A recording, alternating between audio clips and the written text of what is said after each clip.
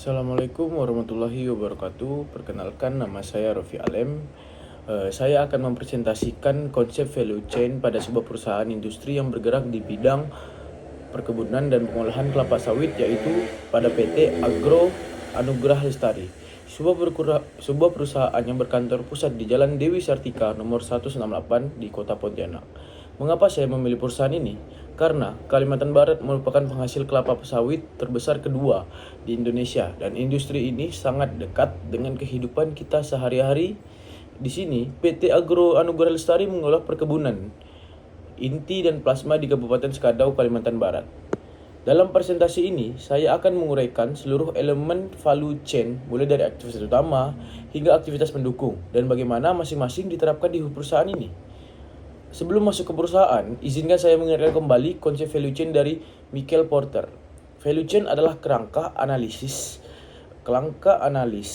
yang menggambarkan semua kegiatan yang dilakukan perusahaan untuk menciptakan nilai bagi pelanggan, terbagi menjadi dua kelompok besar. Yang pertama, aktivitas utama dan aktivitas pendukung.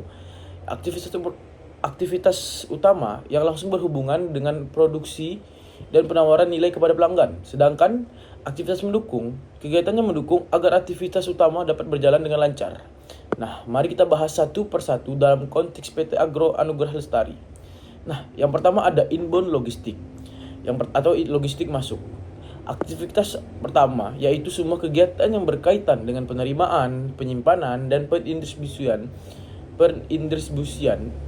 input produksi pada PT Agro Anugrah Lestari. Inbound logistik mencakup pengadaan dan penerimaan bibit-bibit kelapa sawit unggul, penerimaan dan penyimpanan pupuk-pupuk, baik pupuk subsidi maupun non-subsidi di gudang kebun. Yang berikutnya ada pengadaan pestisida dan herbisida untuk perawatan lahan. Nah, selanjutnya ada operation atau yang biasa disebut dengan operasi. Aktivitas kedua yaitu proses transformasi input menjadi produk akhir yang siap dijual di PT Agro Anugrah Lestari. Nah, yang pertama ada di kebun atau biasa disebut dengan on farm. Pembibitan dan penanaman kelapa sawit, pemupukan, penyangan, pengendalian hama terpadu. Nah, di kedua ada di pabrik, ya biasa disebut dengan off farm processing. TBS yang dipanen langsung dikirim oleh ke pabrik kelapa sawit untuk segera diolah. Selanjutnya proses disterilisasi, threshing, pressing, dan klarifikasi menghasilkan crude palm oil atau biasa disebut dengan CPO. Nah, yang selanjutnya ada pengolahan biji menghasilkan palm kernel PK sebagai produk sampingan. Ini adalah inti dari seluruh kegiatan perusahaan, mengubah TBS menjadi CPO bernilai jual tinggi. Outbound logistik. Nah, selanjutnya kita masuk ke outbound logistik. Logistik keluar. Nah, di sini aktivitas ketiga yaitu kegiatan penyimpanan dan distribusi produk jadi kepada pelanggan. Di PT Agro Anugrah Lestari, CPO yang dihasilkan disimpan sementara di tangki penampungan di pabrik. Nah, produk kemudian dikirim menggunakan truk tangki CPO menuju pelabuhan atau kilang refinery. Pengiriman dilakukan pelanggan industri seperti produsen minyak goreng, pabrik margarin, dan perusahaan oleh kimia. Nah, selanjutnya palm kernel dikirim ke pabrik palm kernel oil secara terpisah. Nah, selanjutnya perusahaan berkoordinasi dengan pelabuhan Pontianak dan Mempawah untuk ekspor CPO. Kecepatan distribusi sangat penting karena CPO memiliki batas kualitas yang bergantung pada kadar asam lemak bebas atau biasa disebut dengan ALB. Nah, kita masuk ke marketing and sales, pemasaran dan penjualan. Aktivitas keempat yaitu semua kegiatan yang memasarkan dan menjual produk kepada pelanggan pada industri CPO seperti PT Agro Anugrah Lestari. Yang pertama, penjualan CPO dominan dilakukan melalui kontrak B2B, business to business, jangka panjang dengan perusahaan refinery dan industri hilir. Nah, yang kedua ada harga mengacu pada referensi CPO yang ditetapkan oleh Kementerian Perdagangan RI. Fluktuasi pasar dunia, bursa Rotterdam dan Kuala Lumpur. Perusahaan aktif di Asosiasi Industri Sawit seperti GEPKI atau Gabungan Pengusaha Kelapa Sawit Indonesia, cabang Kalimantan Barat untuk memperluas jaringan. Yang ketiga ada memanfaatkan sertifikasi RSPO atau biasa disebut dengan Roundtable on Sustainable Palm Oil atau ISPO, Indonesia Sustainable Palm Oil, sebagai daya tawar di pasar ekspor. Sertifikasi ini keberlanjutan menjadi nilai tumbuh besar di pasar internasional yang semakin peduli lingkungan. Nah, selanjutnya ada servis atau layanan purna jual. Aktivitas kelima yaitu kegiatan untuk mempertahankan, meningkatkan nilai produk setelah penjualan. Dalam industri B2B seperti servis berwujud, penyediaan laporan uji kualitas CPO, kadar FFA, kadar air kotoran kepada pembeli sebagai jaminan mutu. Nah, yang kedua ada layanan petani plasma. PT Agro Anugerah Lestari membina petani plasma di sekitar kebun inti, memberikan pendampingan teknis, bibit, dan akses ke PKS. Nah, selanjutnya ada program CSR, Corporate Social Responsibility, kepada masyarakat sekitar kebun sebagai bentuk layanan sosial yang menjaga hubungan baik dengan stakeholder lokal. Nah, selanjutnya ada after sales support kepada pembeli berupa konsistensi, kualitas, dan pemenuhan jadwal pengiriman. Nah, kita sekarang masuk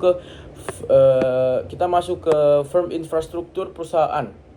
Di sini adalah maksudnya itu aktivitas mendukung. Nah, yang kantor pusat di Pontianak yaitu ada di Jalan Dewi Sartika nomor 108. Sistem akuntansi dan pelaporan keuangan yang transparan kepada investor dan regulator. Yang selanjutnya ada manajemen hukum dan kepatuhan, termasuk pengurusan HGU atau biasa disebut dengan hak guna usaha, izin lingkungan AMDAL, dan izin operasional PKS. Sistem perencanaan strategis untuk ekspansi lahan dan peningkatan kapasitas pabrik, hubungan dengan pemerintah daerah Kalbar, Kabupaten Sukadau, dan instansi terkait. Nah, yang kedua ada Human Resource Management, manajemen sumber daya manusia. Aktivitas mendukung kedua adalah HRM atau manajemen sumber daya manusia. Di PT Anugerah Lestari, rekrutmen tenaga kerja lokal sebagai karyawan harian lepas KHL dan karyawan tetap di kebun dan pabrik. Pelatihan teknis untuk mandor kebun operator PKS dan staf agronomis. Yang ketiga ada program K3 atau biasa disebut dengan keselamatan, kesehatan, dan kerja. Mengingat risiko kerja di kebun sawit dan pabrik cukup tinggi. Nah, yang selanjutnya ada pengelolaan perumahan karyawan di estate atau kebun jauh dari kota. Nah, yang terakhir ada pembinaan petani plasma sebagai mitra kerja. Ini bagian dari pengelolaan SDM. Oke, selanjutnya ada technology development atau pengembangan teknologi. Aktivitas pendukung ketiga adalah ini sangat krusial dari industri sawit modern. Nah, yang pertama ada penggunaan varietas bibit unggul hasil riset terbaru. Nah, selanjutnya ada adopsi teknologi Geographic Information System atau biasa disebut dengan GIS untuk pemetaan lahan dan pemantauan kebun. Nah, selanjutnya ada sistem SCADA di PKS untuk monitoring proses produksi secara real time. Implementasi sistem informasi manajemen kebun untuk pencatatan produksi harian, pemupukan, dan panen. Nah, selanjutnya ada procurement atau biasa disebut dengan perolehan atau pengadaan. Ini adalah fungsi yang memastikan semua sumber daya dibutuhkan tersedia dengan harga terbaik.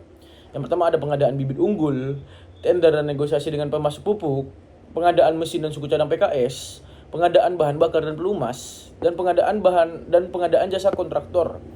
Dan terakhir ada pembelian asuransi.